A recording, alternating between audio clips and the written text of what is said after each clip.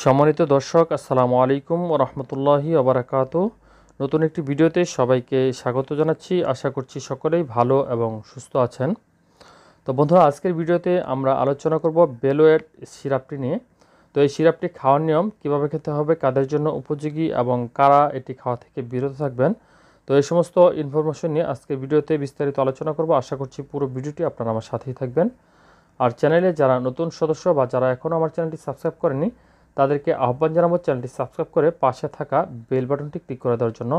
কেননা আমরা আমাদের এই চ্যানেলটিতে নিয়মিতভাবে গুরুত্বপূর্ণ ওষুধের রিভিউ সহ স্বাস্থ্য বিষয়ক বিভিন্ন টিপস প্রতিনিয়ত আপলোড যাচ্ছি। সেগুলো মিস করতে না চাইলে অবশ্যই চ্যানেলটি সাবস্ক্রাইব করে পাশে থাকা বেল বাটনটি ক্লিক করে দিন। তো বন্ধুরা, বেলোয়েট, যার মূল সক্রিয় উপাদান হচ্ছে সোডিয়াম ভ্যালপ্রেট বিপি। তো আপনারা স্ক্রিনে যেটি দেখতে পাচ্ছেন সেটি হচ্ছে 100 ml সিরাপ, যার বাজার মূল্য হচ্ছে 100 টাকা। তো এই সিরাপটির মূল কাজ হচ্ছে যারা মৃগী রোগে ভুগছেন বা দেখা যায় যে কাঁপাকাঁপি খিঁচুনিজনিত সমস্যা আছে, তাদের জন্য এই ওষুধটি নির্দেশনা দেওয়া হয়ে থাকে। এছাড়াও বাইপোলার ডিসঅর্ডার এর চিকিৎসায়ও এই ওষুধটি নির্দেশিত। জ্বরজনিত খিঁচুনি এবং মাইগ্রেন প্রতিরোধে বিকল্প হিসাবে এই ওষুধটি কিন্তু ব্যবহার করা হয়ে থাকে।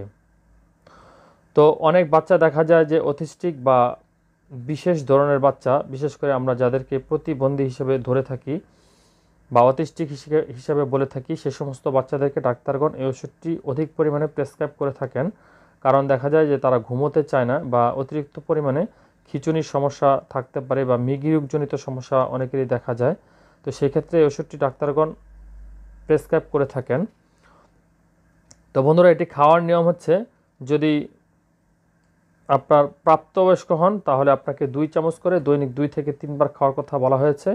আর যারা শিশু 20 কেজির নিচে, তাদের প্রাথমিক মাত্রা হচ্ছে প্রতি কেজিতে 20 মিলিগ্রাম করে, মানে 2টি ভাগে বা 3টি ভাগে বিভক্ত মাত্রায় এটি কিন্তু ব্যবহার করতে বলা হয়েছে।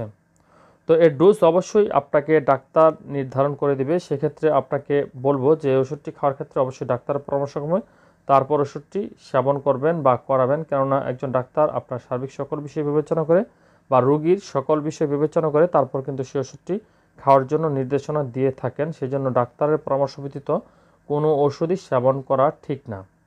তো এই ওষুধটি খাওয়ার ক্ষেত্রে কিছু পার্শ্ব প্রতিক্রিয়া রয়েছে, যেমন পাকস্থলীর প্রদাহ, বমি বমি ভাব, অ্যাটাক্সিয়া ও খিঁচুনি।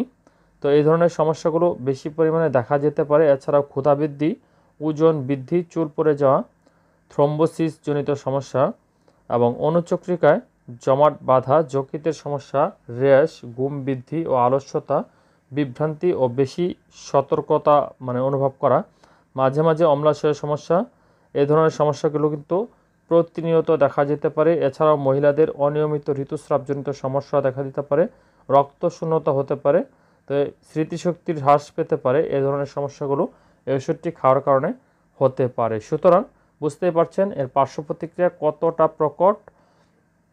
তো এটি গর্ভাবস্থায় খাওয়ার ক্ষেত্রে অবশ্যই অতিরিক্ত সতর্কতা অবলম্বন করতে হবে। আপনার ডাক্তার এর পরামর্শ ছাড়া কোনো ক্রমে এটি কিন্তু খাওয়া যাবে না। তো বন্ধুরা, আজকে আমরা শুধু এই ওষুধটি সম্পর্কে আপনাদের সামনে সম্যক ধারণা দেওয়ার চেষ্টা করলাম, এই ওষুধটি সম্পর্কে পরিচিতি প্রদানের চেষ্টা করলাম। তো আশা করছি ভিডিওটি থেকে উপকৃত হয়েছেন। তো ভিডিওটি দেখে যদি সামান্যতম উপকৃত হয়ে থাকেন তাহলে অবশ্যই একটি লাইক করে দেবেন। আর চ্যানেলে যারা নতুন সদস্য তাদেরকে আহ্বান জানাবো চ্যানেলটি সাবস্ক্রাইব করে পাশে থাকা বেল বাটনটি ক্লিক করে দেওয়ার জন্য। এই ভিডিওটি যদি আপনার কাছে মানসম্পন্ন নাও মনে হয়, তারপর আপনাকে আহ্বান জানাবো চ্যানেলটি ঘুরে আসার জন্য। সেখানে অসংখ্য ভিডিও আমরা রেখেছি, যার কোনো না কোনো ভিডিও আপনার উপকারে আসবে বলে আমরা বিশ্বাস করি। সুতরাং ভালো থাকবেন, সুস্থ থাকবেন, ভালো কিছুর সঙ্গেই থাকবেন। আল্লাহ হাফিজ।